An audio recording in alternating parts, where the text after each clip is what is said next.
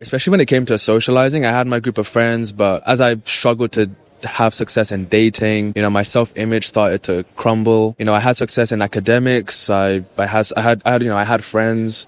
My career was taking off when I graduated. So the rest of my life was seemingly in a good place. But when it came to socializing with women and dating and how I viewed myself, like my self-esteem wasn't that high, and it's crazy because people back then would look at me and go, oh, Ian's fine. He's got the apartment. He bought his own place. He's got a nice career.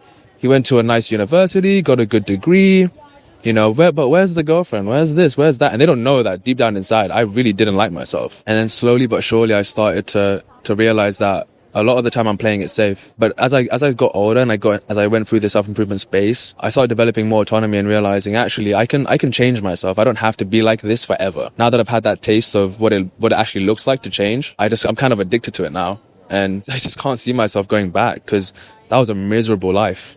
All right, gentlemen, Isaac and I have arrived at day 4. And yesterday was a bit of a curveball for you. Yeah, something that was pretty unexpected, especially how the first 2 days were trending. And so you handled it like a champ, first of all. You didn't give in. And so I've got some questions I want to ask you.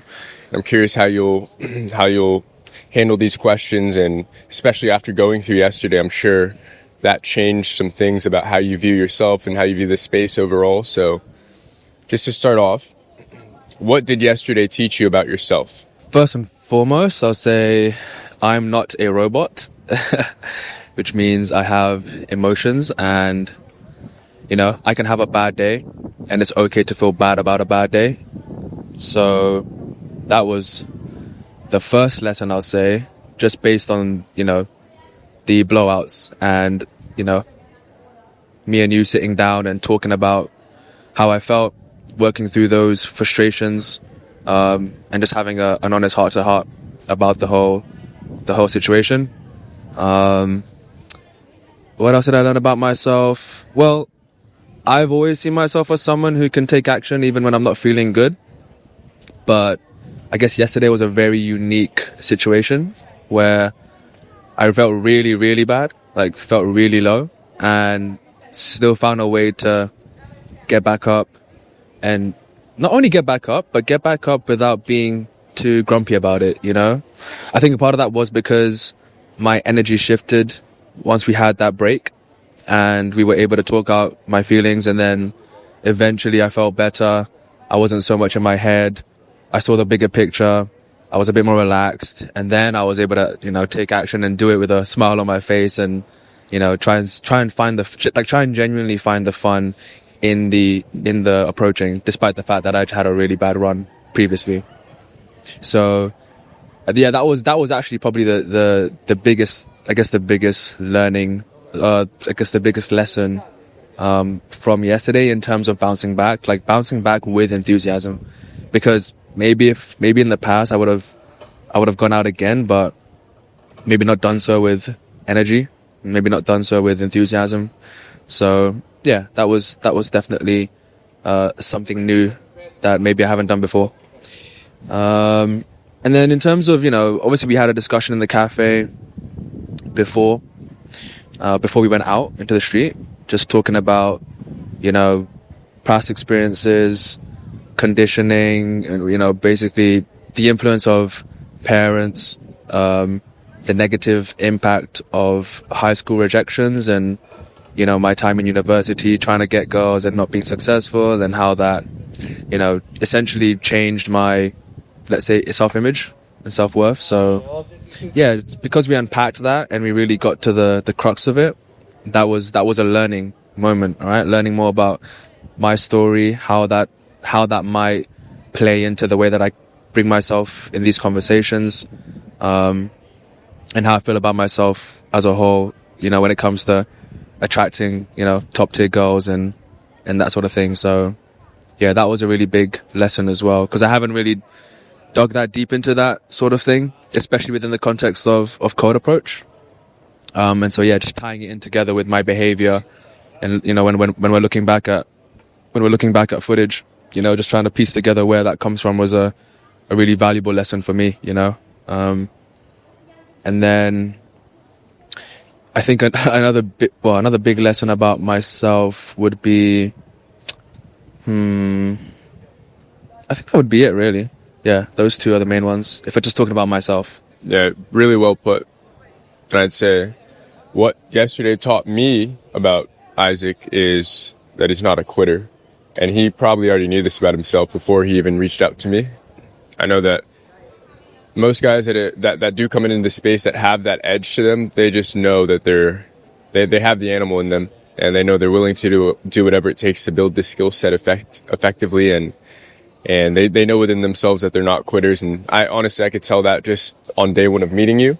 I knew that if we hit a bad day, you'd be able to push through, and so that's exactly what you did yesterday. So well done.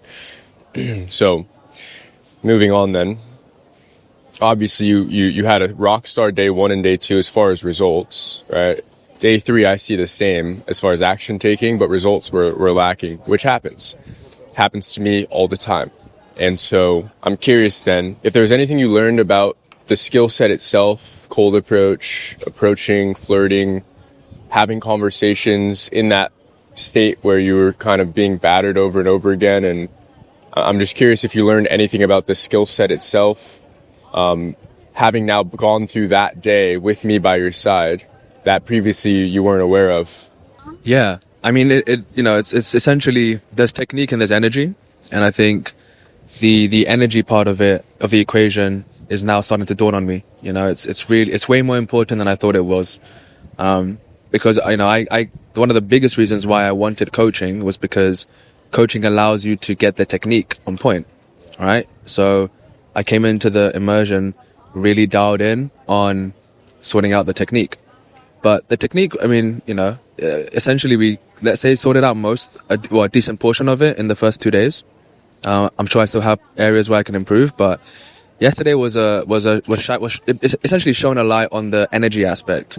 And so when we sat down in that interlude where I'd been getting battered, I knew my energy was down, but I just didn't know how it was manifesting itself. So the fact that you were there next to me, able to essentially, tell me, okay, dude, like the technique is fine. You're just in a weird place right now, energy-wise, and understandably so because you've been battered. So don't get too bogged down in the fact that it isn't working out, because it's just simply you're having a bad day, and the energy is a big portion of it. So, it's like I was getting too bogged down in the mechanics and trying to like fix that. When in reality, I just needed to take a break and sort of reconvene, like recharge, offload the emotions and then get back into it at some point. So I think just having you there was important because I could verbalize that to you, and you could also explain why that's happening, how we can change it.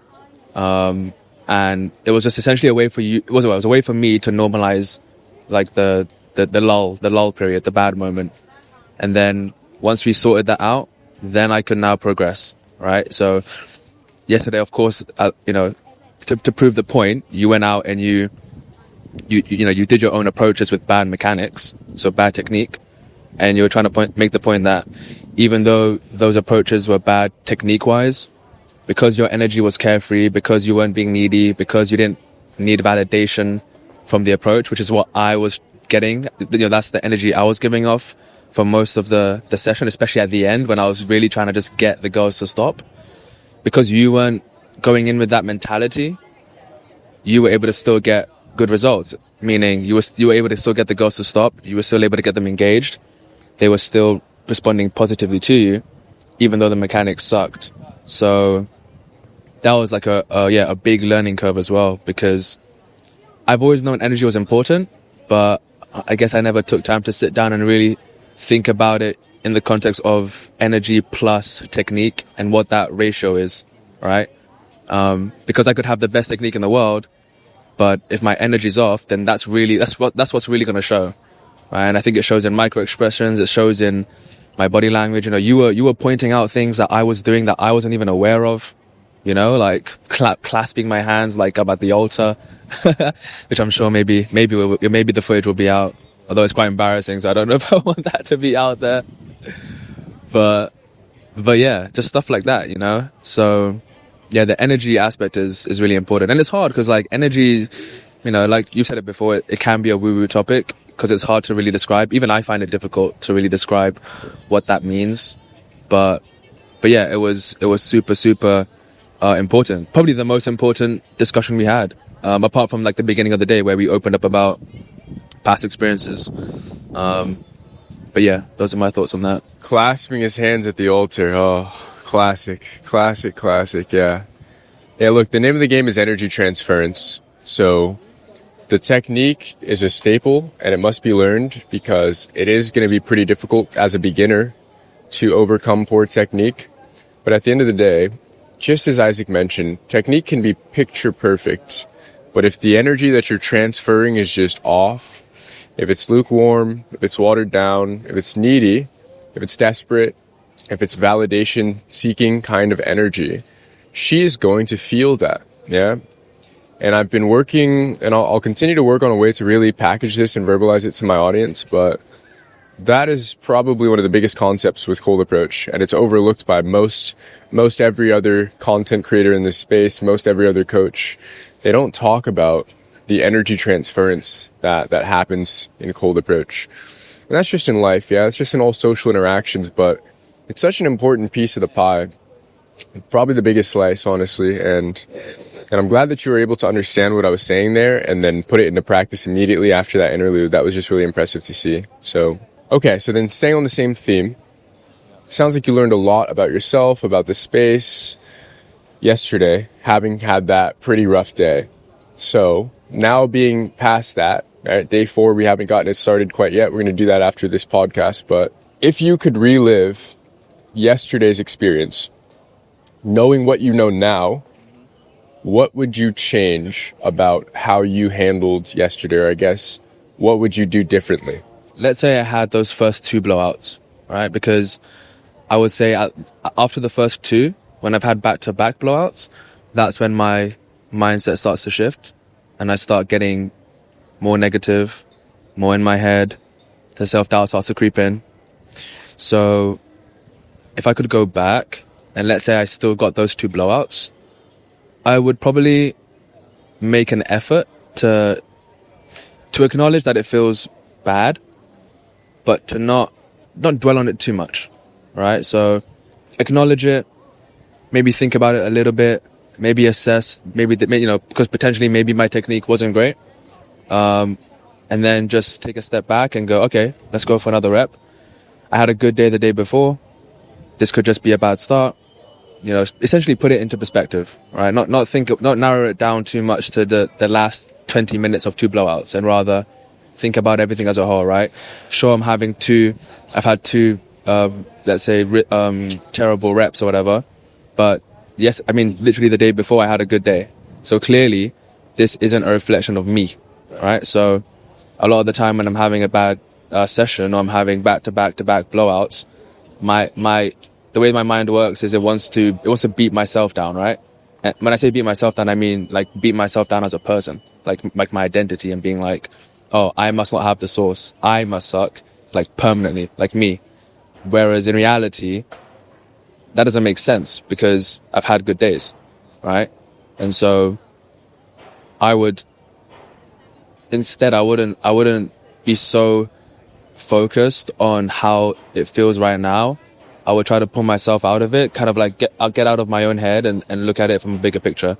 And I think that would have calmed me down. That would have also taken out the seriousness of everything, you know, and it also would have allowed me to go into the next reps with a little bit more confidence, knowing that, okay, even though the last 2 didn't go well, I know I still have a back catalog of good approaches that I can lean on and say, I know I can do this. It's just a case of, you know, maybe there's a little bit of luck involved as well, but also mainly just getting maybe a little bit of momentum, you know? So with the approaching, it's easy to view it very, like, I think Joseph made a good point yesterday about, like, it's not like cold approach isn't the gym. So, you know, it's very easy to go, you know what, I'm just going to like rep and just like push and not really And, you know, in the gym that makes sense because it's just you and the bar and the weight. But when it comes to cold approach, you know, we're approaching people, we're approaching humans. Yeah. So, you know, there was a point yesterday when I was getting more blowouts where I was being a bit aggressive, you know, more than usual. And again, that was because I was being, you know, needy, and I was really trying to validate my ego and validate myself in terms of being able to get the girl to stop. And so I would, like, now that we've had this like discussion and that we've had time to reflect on it, if I could go back, I wouldn't necessarily turn the dial up. You know, like I wouldn't double down in terms of like being more aggressive. Maybe I would still do more reps, right? But I wouldn't necessarily like be more needy because there's like a fine line there, you know. So I would have just taken a break, you know, take a break, like detach for a second, gather my thoughts, and then go back in. So yeah, that's definitely something I would have done, maybe earlier as well. Concept of fun. The concept of fun, yeah. So, you know, a lot of the time, you know, we obviously go into these approaches with try to get an outcome, which is understandable. I mean, there's a reason I'm here, right? I want to get dates. I want to get numbers. I want to have experiences. So, but in that mindset, you could get lost in trying to get a specific outcome. And the reality is, it's unreasonable to be super, super down about the fact that you're not getting the result because, you know, the success rate is always fairly low. Right. And so I guess the only way to counteract that reality is to view it in a completely different light and say, you know what, let me just go and have fun. Let me give the girl the compliment. Let me try and make her day. Let me not make it so much about myself in the moment and just go out there to give, essentially, rather than take. Because yesterday was a lot of taking, you know, it was like, give me validation. Stop for me. Me, you know? I paid all this money. I flew out here. I need this validation. Otherwise, I'm going to feel like a piece of shit. It's like, no. That's the wrong way to look at it, you know? Especially when you're in that rut where you've had blowouts. So if I could go back, I think it's okay to go in at the start of the day with an objective because that's the part of the coaching, right? Like today we're going to go in with an objective and if it goes well, then we're going to keep hammering that down. But if it doesn't go well, then maybe we have to change plans, right? So that was really good yesterday because, you know, obviously we went in with the intention of focusing on closing, removing tepid language, removing filler. But, you know, once the day progressed, we realized it's not going as well as we planned. Maybe we need to change a little bit and let's just have fun. And so you were flexible enough to suggest that let's just change it. Don't even think about the technique. Don't even really think about the objective of the day in terms of language. Just go out there, have fun. Don't think too much about it. If you want to go in there with a playful smile and just being low energy and being like, yeah, what's up? How you doing? Like, just do that. Just remove everything. Just go and have fun. Just get the reps in, right? And don't detach yourself completely from the outcome. I actually think that's a really important way to go about the rest of your reps if you're having a bad day. And I'll definitely be doing more of that when I'm by myself, because that'll be more important because you won't be there all the time. Obviously, I'll have access to you because now we're connected. But in the moment, I'll just be like, okay, I'm getting too much in my head. Let me not make the bad rash move of getting down into an even deeper pit and trying too hard to force everything. Because once you start forcing stuff, it doesn't work. That's not how it works. This is socializing. This, like Joseph said, this isn't the gym. Forcing it doesn't do anything. So yeah, finding fun is really important because it just takes all the pressure off at some point. And obviously I found results when that happened. So yeah. Yeah, it's an interesting concept that you brought up, the gym analogy, because I know that a lot of the guys that follow my content, just like me, just like you, we're very analytical, programmatic type guys, very ones and zeros type guys. We think in terms of oftentimes the jobs that we work. And for me as a programmer, that was, all right, you put an input into a function and you can get a very predictable output. And as long as you wrote the function correctly, the output is always going to be essentially calculable.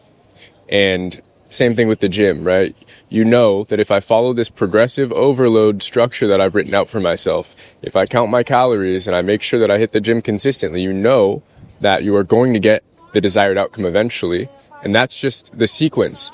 go to the gym, get the outcome. Even when I feel like shit, still go to the gym, and I still end up looking sick than if I'd taken a few months off, right? And so cold approach is different, right? Just social dynamics, it is different. Because like you mentioned, these are people, right? This, people have emotions. The barbell doesn't, right? The barbell gives you the muscles anyways, even when you feel like shit, but the girls don't give you positive reactions when you feel like shit. Yeah, and so it's a very important lesson that you learned firsthand yourself yesterday, because I can hammer this home on a million different live streams, but until you've lived it, you don't really learn the lesson and internalize the lesson.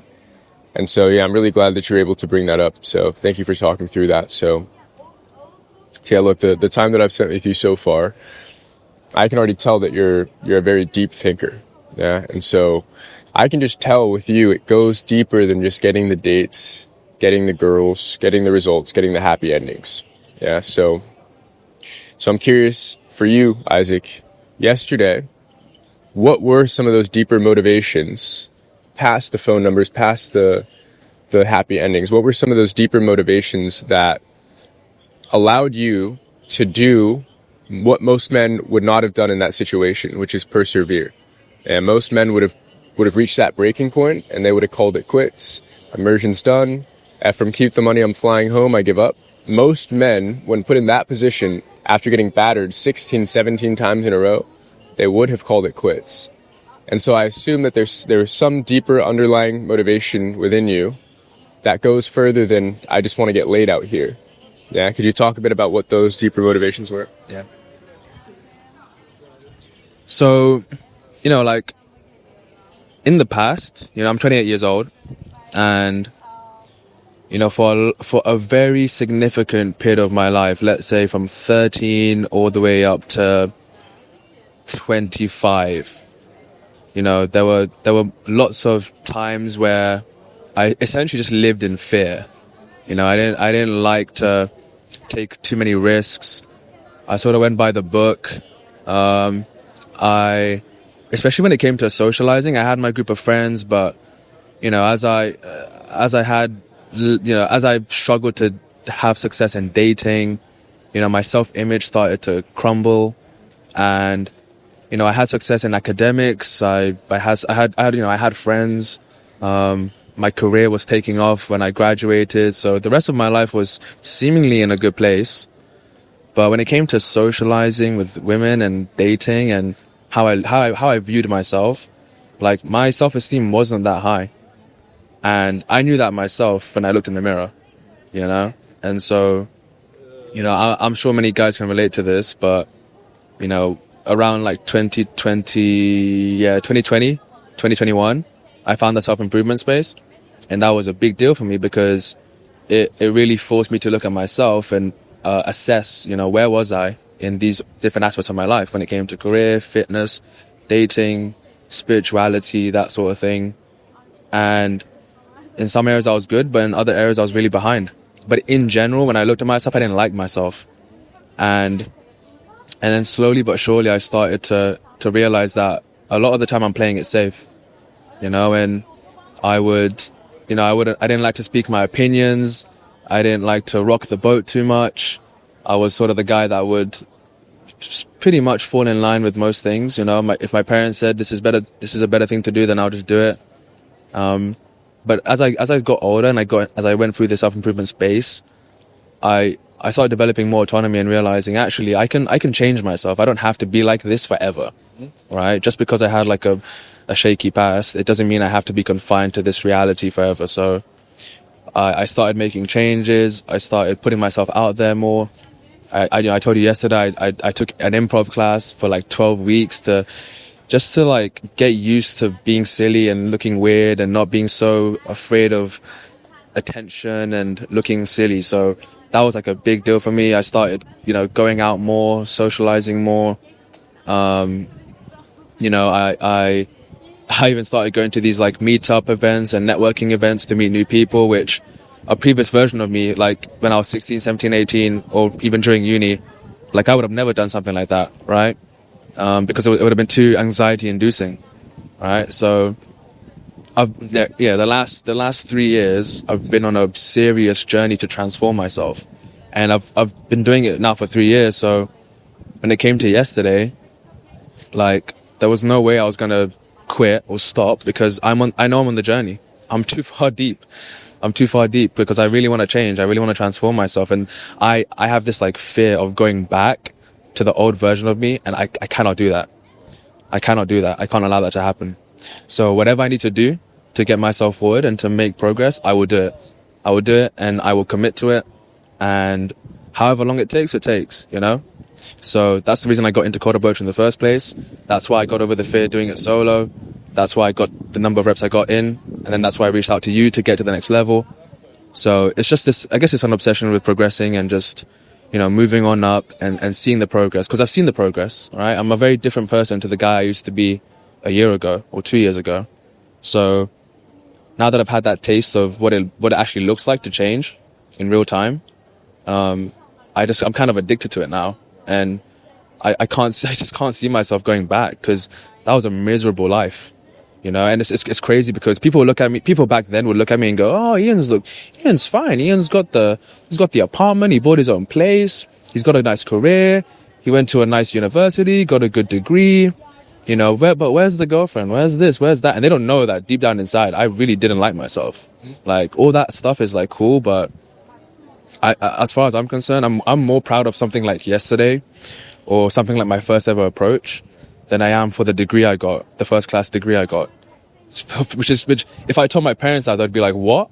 You spent 4 years studying that degree, you know, you made us so proud, you were top of the class, like what? But you're approaching a girl?" It's like, yeah, but you don't know how scary that was, you know? So yeah, the last 2 years have just been me basically doing scary shit and putting myself through discomfort. So because I've done it so many times now, I know I'm starting to realize that there's so much growth in that discomfort. And so that's why yesterday, which was very uncomfortable, I was like, yeah, this is just another iteration of that. This is just another version of that. So yeah, that's what essentially motivated me, man. Like, I'm on a journey of transforming myself and I want to be unrecognizable in a way that even like the 13-year-old version of me would have never believed was possible. And that's genuinely the deepest reason why I'm doing it. So yeah, that's my answer. A lot of gold in there, boys. I hope you're listening closely. Yeah, I told Ian yesterday that I see a lot of myself in him. The previous versions of me, I see it in him, and I see him breaking through those same barriers that I did. And it sounds like, based on what you said, just to summarize it, you're doing this for that scared little boy back when he was 11, 12, 13 that didn't think that he could, that would see guys on the internet doing stuff as audacious as this and thought, "I'm just not built like that. I wish I could, but there's no way." Yeah, you're doing it for that kid that wanted the world but couldn't have it, was too scared to pursue it. And one day you decided to take the first steps towards actually pursuing it. And now, whatever it is, 3, 5, 7 years down the line, I mean, look at the progress you've made. Yeah. Not only are you doing it for your prior self, but it sounds like you're also doing it for your future self. You're doing it for the man that you want to become, and to be quite honest, the man that you're becoming right here in front of my eyes. It's really incredible to just see the transformation, just to see you blossom, to know you really early on in your journey, then to have you join the community and see that rapid progress in that 1 month where you were in it, and then to have you fly out to Belgrade and see the insane progress you've made in just 3 days. Yeah, you're doing it for that ideal version of yourself that you know you can chisel out. And you're one of the few guys that are willing to put in the work to actually chisel him out. Yeah, and actually actualize that person, that archetype that you know is in there. And you just have to remove all the bullshit in order to find him. And so that's what you're doing. Yeah, I resonate with what you said, man.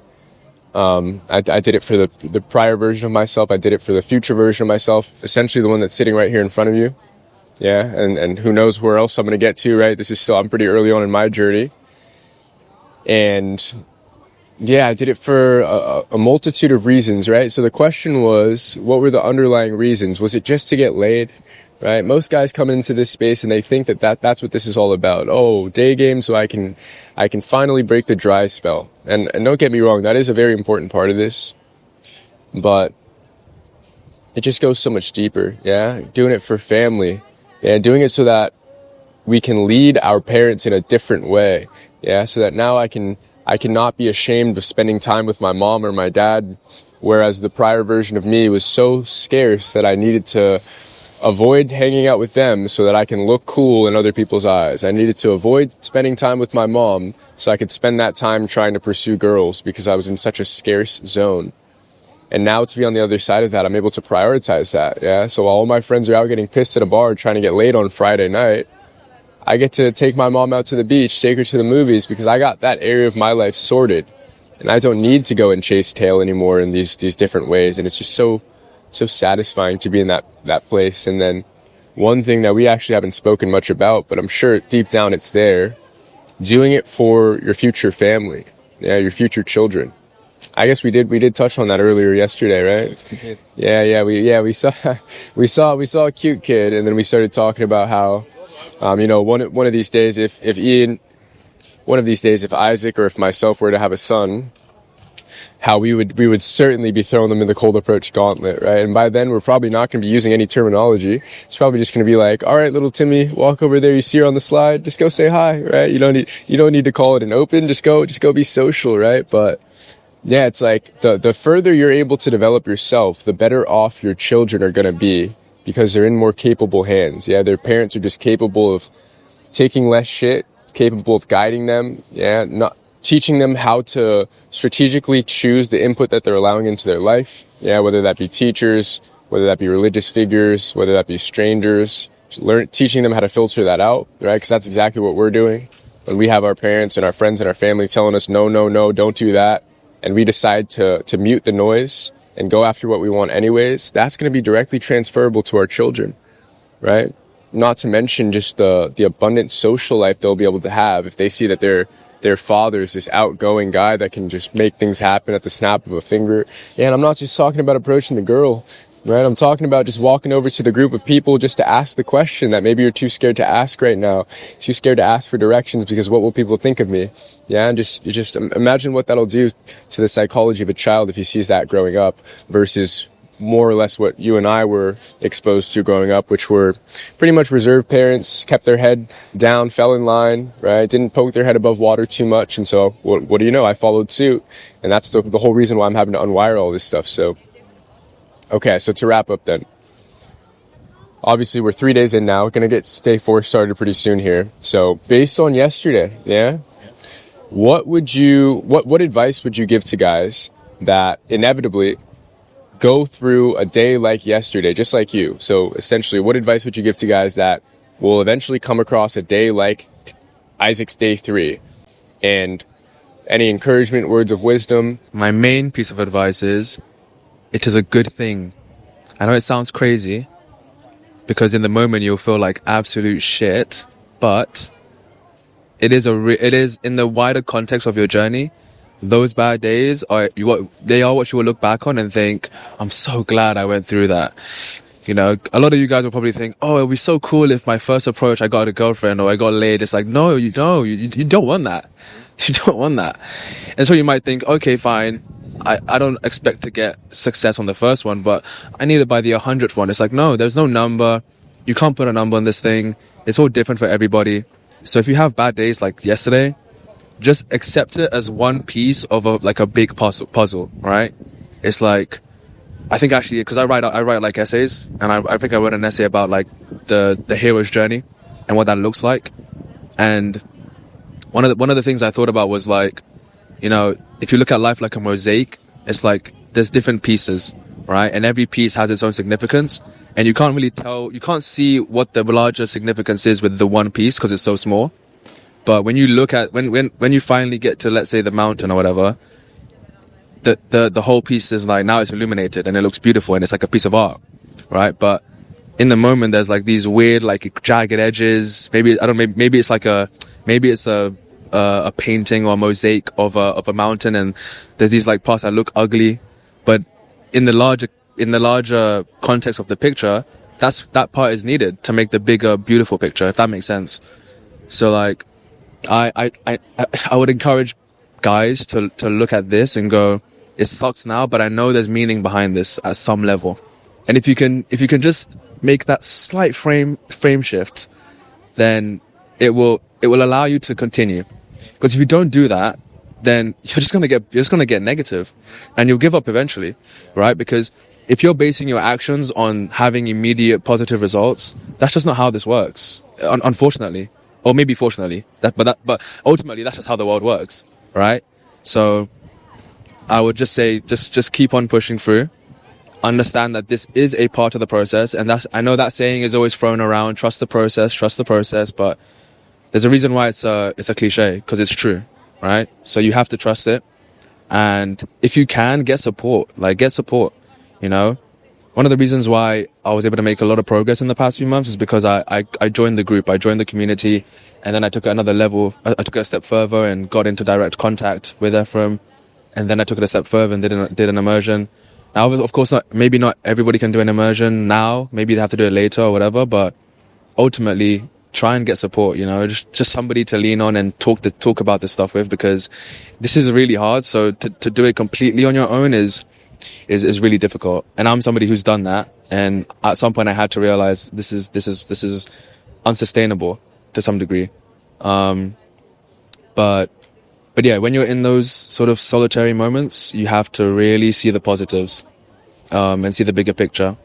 And then I would also encourage guys to, you know, when you're having a bad day and your mind naturally wants to go negative, you know, try and think about all the stuff that makes you worthy, you know, like a lot of guys, you know, I have done things in my life that I should be proud of, and it's very easy to get to attach my sense of self-worth to these results.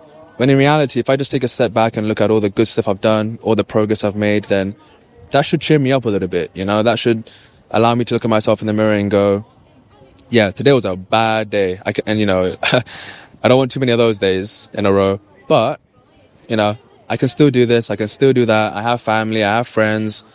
I should be grateful for a few things here and there. Like, I don't live in a war-torn country. I'm not getting bombed right now. Like, life could be worse, you know? It's kind of good that my biggest problem is getting laid and, you know, going on dates. And so I know this is paradoxical, because on one element we're saying cold approach is deeper than this and it's very deep. But at the same time, it's like, it's also not that deep, you know, especially the results. Like, there's more to life as well, right? So I guess just don't get too bogged down in the whole, you know, negative emotion and lack of results. You know, just sort of take it day by day, but also see it in a bigger picture and just keep going. You know, cold approach is an infinite game. So there is no like you get to a certain point and then you stop. I think you just keep on going. And of course, if you want to be in a relationship, then maybe that's when you hang up your jersey and call it quits. But I think for most guys, it's going to be a long journey. So understand that. And once you understand that it's a long journey, then now it's a bit easier to take the harder days, because you know it's just part of the process. So yeah, that would be my advice. Yeah, I couldn't have said it any better myself. And to your last point there, yeah, hang up the jersey once you find your girlfriend, find your wife, but don't forget that all the skills that you built, when you add them all together, which were able to allow you to get that girl in the first place, those skills are isolatable. Yeah, you can pull out the skill of rejection handling and use it in other areas, not just approaching girls, right? You can pull out the skill of improving conversations, facing your fear, chasing after what you want. Those are all isolated skills that, when added together, make a rock star student and a rock star guy in this space, right? So don't forget that at the end of the day, yeah, we're here to get the results. Some of you may want the girlfriend or the wife, but it's not where it ends, right? Maybe that's where your approaches end, but all of the skills that you built to get yourself to the point where you could attract that girl live on. Yeah, and they start to infiltrate other areas of your life, and you start to question your career, you start to question your surrounding social circle, you start to question the things that you've been doing and why you've been doing them and whether or not they were your decision in the first place at all. And that's all built through building all the skills necessary to get results through cold approach. So yeah, like Isaac said, it's hard to do this on your own. So I would encourage you to consider where you're at. And if you want to keep bashing your head in the wall and try to follow along and do this all solo, then so be it. Yeah, I wish you well. Feel free to binge my free content. But if you'd like support, just like Isaac, he reached 600 approaches and realized, I need some help with this. Yeah, I need some support. So if you want this quiet confidence playbook simply installed into your brain and into your dating life, then first link in the description under this video is my Calendly link, and you can book a call and we can see if we're a good fit to work together. All right. You ready for day 4? Of course, let's get it. Let's get it. Let's get it. Nice. That was quality. That was quality. I felt good.